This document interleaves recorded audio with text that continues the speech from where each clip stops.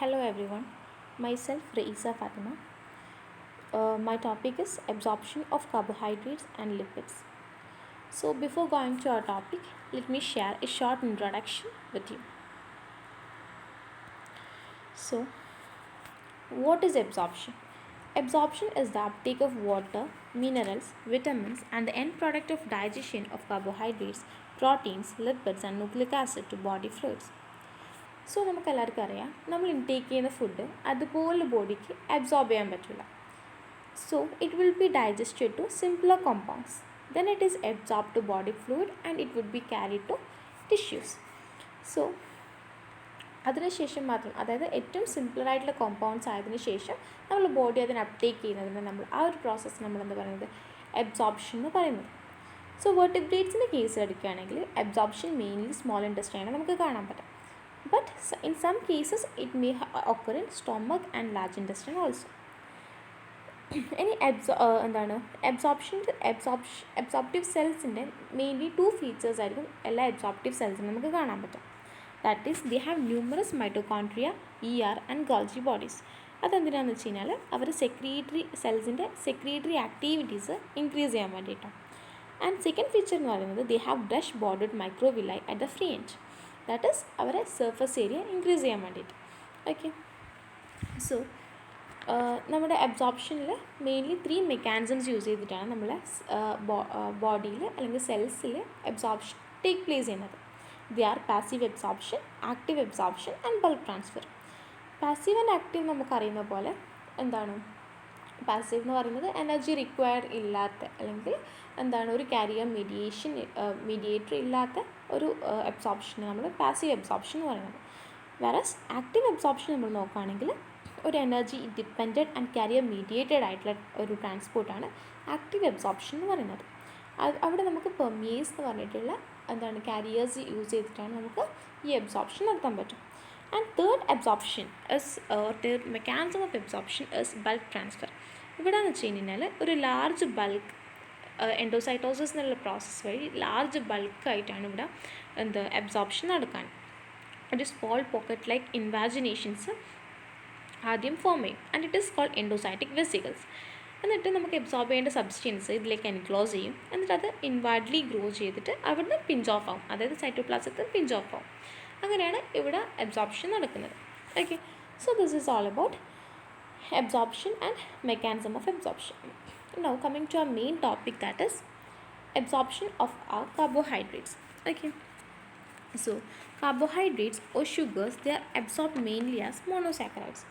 So നമുക്കറിയാം കാർബോഹൈഡ്രേറ്റ്സിനെ നമ്മൾ classify ചെയ്തിട്ട് മോണോസാക്രൈഡ്സ് ഉണ്ട്, ഒളിഗോസാക്രൈഡ്സ് ഉണ്ട്, അതുപോലെ പോളിസാക്രൈഡ്സ് ഉണ്ട്. ഇതിൽ മോണോസാക്രൈഡ്സ് എന്ന് പറയുന്നത് ഏറ്റവും സിംപ്ലർ ഫോമാണ്. അതായത് നമ്മൾ ബോഡി ഞാൻ പറഞ്ഞു എപ്പോഴും അബ്സോർബ് ചെയ്യാൻ വേണ്ടിയിട്ട് ഏറ്റവും കൂടുതൽ അവർ ഫേവർ ആയിട്ടുള്ളത് ഏറ്റവും സിംപ്ലർ ഫോമാണ്.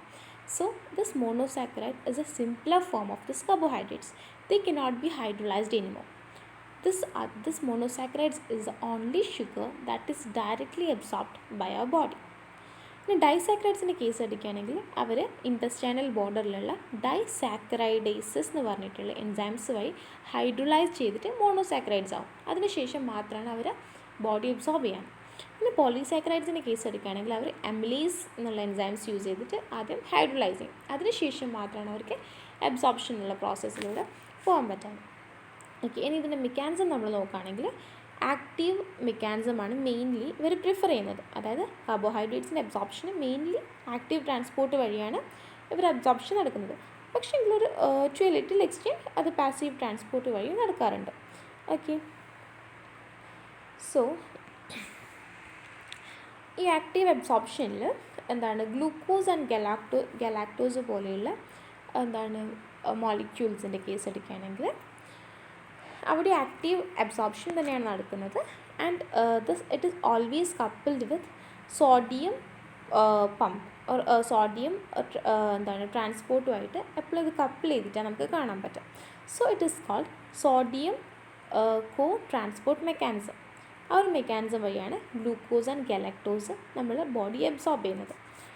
സോ എന്താണ് സോഡിയം കോ ട്രാൻസ്പോർട്ട് മെക്കാനിസം എന്ന് നോക്കാം.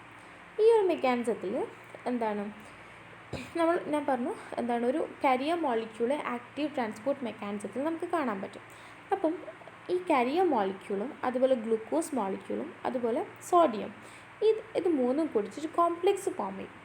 Okay, and this complex it would be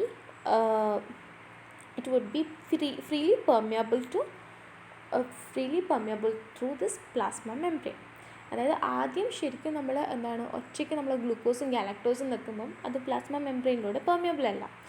but when this complex, that is carrier glucose sodium complex, is formed, it is permeable through this plasma membrane.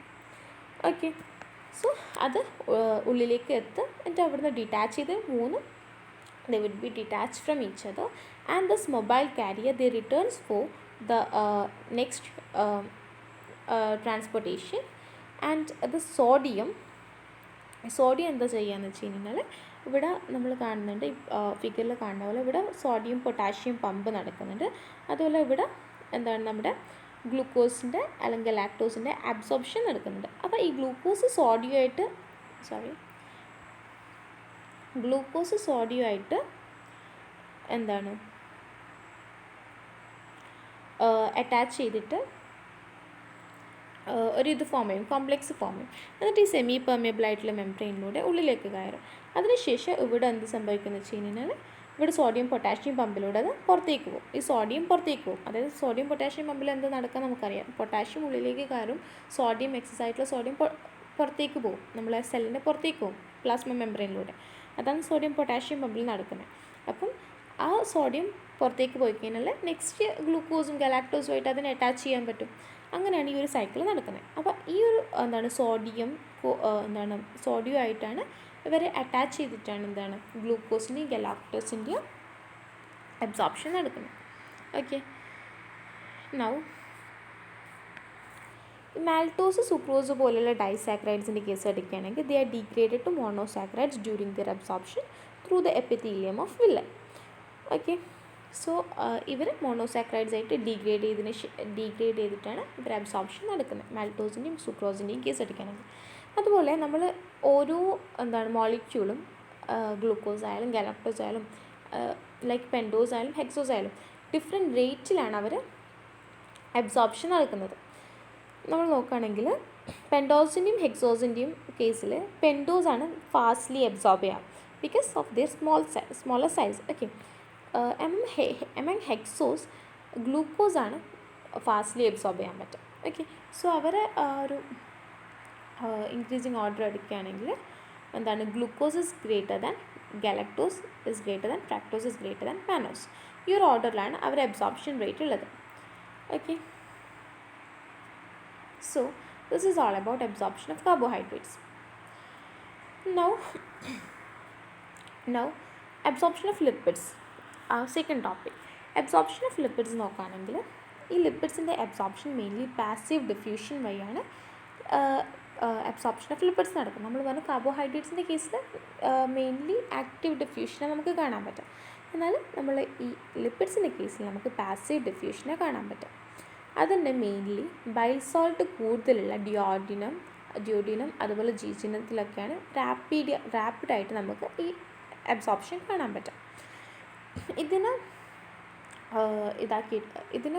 പറയുന്ന absorption of ലിപ്പിഡ്സിന് പറയുന്ന രണ്ട് തിയറീസാണ് നമുക്ക് mainly കാണാൻ പറ്റും.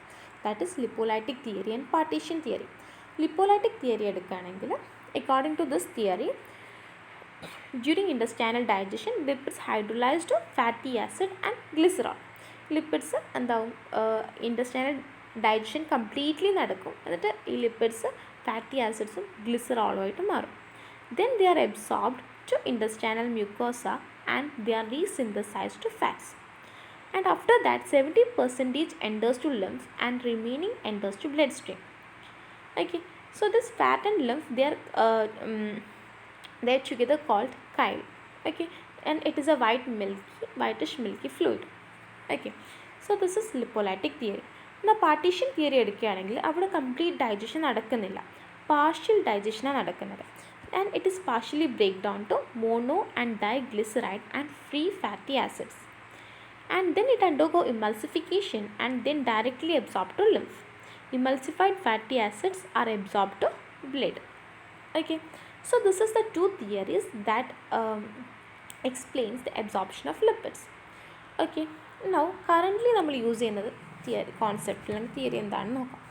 ഈ current concept എന്ന് പറയുന്നത് it is the compromise between this two theories. നമ്മൾ പഠിച്ചിട്ടുള്ള രണ്ട് തിയറീസിൻ്റെ ബിറ്റ്വീനായിട്ട് വരുന്നൊരു തിയറിയാണ് കറൻ്റ്ലി മോസ്റ്റ് ആക്സെപ്റ്റഡ് ആയിട്ടുള്ള തിയറി എന്ന് പറയുന്നത്. ഓക്കെ, സോ ഇവിടെ ഫാറ്റ് എന്ന് പറയുന്നത് അബ്സോർബ് ചെയ്യുന്നത് 3 സ്റ്റേറ്റിലാണ്. ഓക്കെ, സോ ട്രൈഗ്ലിസറൈഡ്സ് ആയിട്ട് അല്ലെങ്കിൽ ഡൈ ആൻഡ് മോണോ ഗ്ലിസറൈഡ്സ് ആയിട്ട്, അതുപോലെ ഫാറ്റി ആസിഡ് ആൻഡ് ഗ്ലിസറോൾ ആയിട്ട്. ഈ ഒരു 3 സ്റ്റേറ്റിലാണ് ഫാറ്റ്സ് അബ്സോർബ് ചെയ്യുന്നതെന്നാണ് കറൻ്റ്ലി മോസ്റ്റ് ആക്സെപ്റ്റഡ് ആയിട്ട് നമ്മൾ പറയുന്നത്. Okay, so fatty acid and glycerol എടുക്കുകയാണെങ്കിൽ അവർ ഗ്ലിസറോൾ എടുക്കുകയാണെങ്കിൽ അത് വാട്ടർ സോല്യൂബിളാണ്. സോ ഈസിലി നമുക്കത് അബ്സോർബ് ചെയ്ത് കിട്ടും. ലോ മോളിക്കുലർ വെയിറ്റി ഫാറ്റി ആസിഡ് എടുക്കുകയാണെങ്കിൽ അവരും നോട്ട് മച്ച് ഡിഫിക്കൽട്ടിയാണ്, ലൈക്ക് എന്താണ്, അവരും വലിയ പ്രോബ്ലം ഇല്ലാണ്ട് ലൈക്ക് വാട്ടർ സോല്യൂബിളായിട്ട് നമുക്ക് വേഗം അബ്സോർബ് ചെയ്യാൻ പറ്റും. ഇനി ഹൈ മോളിക്കുലർ വെയിറ്റി ഫാറ്റി ആസിഡ് എടുക്കുകയാണെങ്കിൽ അവർ ബൈൽ സോൾട്ടുമായിട്ട് ഒരു കോംപ്ലെക്സ് ഫോം ചെയ്യും. Okay, the action of bile salt on the fatty acid to form water soluble complex is called hydrotrophic action. Okay, so fatty acid can also form combination with steroids for absorption. Okay, now mainly 3 views ആണ് currently നമ്മൾ reasonable ആയിട്ട് use ചെയ്യുന്നത്. Okay, fat അബ്സോർപ്ഷൻ്റെ എക്സ്പ്ലനേഷന് വേണ്ടിയിട്ട്. So first one is pinocytosis is the major mechanism for the absorption of neutral fats and phospholipids. Pinocytosis എന്ന് വെച്ചാൽ എന്താ, ഈ ഫിഗറിൽ കാണുന്ന പോലെ എന്താണ്, ഒരു സബ്സ്റ്റൻസ് ആദ്യം ഒരു എന്താണ് ഇൻവാജിനേഷൻ വരുന്നു, അതിലേക്ക് എൻഗൾഫ് ചെയ്തിട്ട് പിന്നെ ഒരു വെസിക്കിളായിട്ട് അത് ഫോം ചെയ്യും. ഓക്കെ, സോ ആ ഒരു മെത്തേഡ് യൂസ് ചെയ്തിട്ടാണ് ഫാറ്റ് അബ്സോർപ്ഷൻ ആണ് പറയുന്നത്. സെക്കൻഡ് വ്യൂ എന്ന് പറയുന്നത് fats are firstly absorbed as fatty acid, glycerol, mono and diglyceride. Then neutral fats are synthesized from them. Okay, and third view എന്ന് പറയുന്നത് absorption of fatty acid, cholesterol and other lipids is by diffusion and after their other lipids by diffusion occurs after their സോല്യൂബിലൈസേഷൻ, അതായത് അവർ ഫ്ലൂയിഡ്സിൽ soluble ആയതിന് ശേഷം മാത്രമാണ് absorption നടക്കുന്നതാണ് third view പറയുന്നത്. Okay, these are the 3 views on absorption of fats. So ഇത് നമ്മൾ ഈ absorption of fats എന്ന് പറയുന്നത് 3 ഫേസസിലായിട്ടാണ് നമുക്ക് കാണാൻ പറ്റും. ദാറ്റ് ഈസ് ല്യൂമൻ ഫേസ് ഉണ്ട്, അതുപോലെ തന്നെ പെനിട്രേഷൻ ഫേസ് ഉണ്ട്, അതുപോലെ ഇൻട്രാ സെല്ലുലാർ ഫേസ് ഉണ്ട്. ഈ 3 ഫേസിലായിട്ടാണ് അബ്സോർപ്ഷൻ ഓഫ് ഫാറ്റ്സ് നടക്കുന്നതെന്നാണ് പറയുന്നത്. സോ ഫസ്റ്റ് ഫേസ്, അതായത് first step, that is lumen phase, അതായത് നമ്മൾ ഇൻഡസ്ട്രൈനൽ ല്യൂമനിലാണ് ഇത് നടക്കുന്നത്, അതുകൊണ്ട് ല്യൂമൻ ഫേസ് എന്ന് പറയുന്നത്. ഓക്കെ, സോ ഈ ഫേസിൽ എന്ന് പറയുന്നത് it is the phase of hydrolysis and micelle formation. Okay, triglycerides is emulsified by bile salt and hydrolyzed by pancreatic and intestinal lipases and esterases.